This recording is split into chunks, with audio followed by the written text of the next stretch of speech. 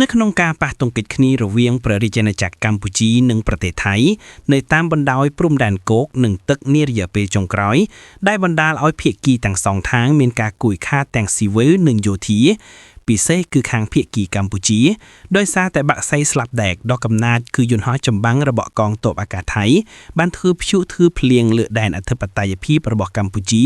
ដែលបានបន្សល់ការឈឺចាប់ការបាត់បង់ការប្រត់ប្រាសការអស់សង្ឃឹមនិងការចងចាំជាប្រវត្តិសាស្ត្រប្រជាជនកម្ពុជាក៏ដូចជាប្រជាជនលើពិភពលោកបានមានការចាប់អារម្មណ៍យ៉ាងខ្លាំងជាមួយនឹងការប្រយុទ្ធគ្នាជាពិសេសដែលមើលឃើញពីសក្តានុពលអធិពលរបស់យន្តហោះចម្បាំងប្រជាជនកម្ពុជាបានមានក្តីស្រមៃមួយថា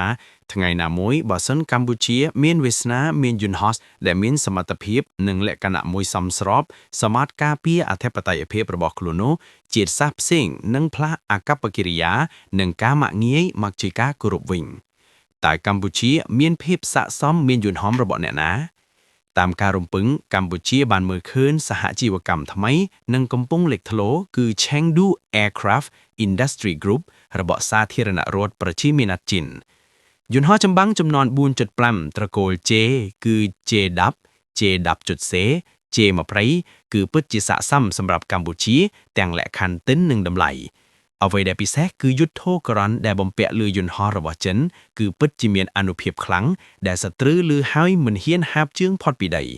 មីស៊ីលត្រកូល PL ដែលមានសមត្ថភាពវាយពីអាកាសទៅអាកាសយ៉ាងមានប្រសិទ្ធភាពដែលសត្រូវមិនមានសមត្ថភាពគេចបានជាក់ស្ដែងប៉ាគីស្ថានបានប្រើយន្តហោះរបស់ចិនបាញ់ទម្លាក់យន្តហោះដ៏ឆ្នើមរបស់ឥណ្ឌាដែលបានទិញពីបារាំង Brand Rafale ឲ្យធ្លាក់ដោយឥតលក្ខខណ្ឌ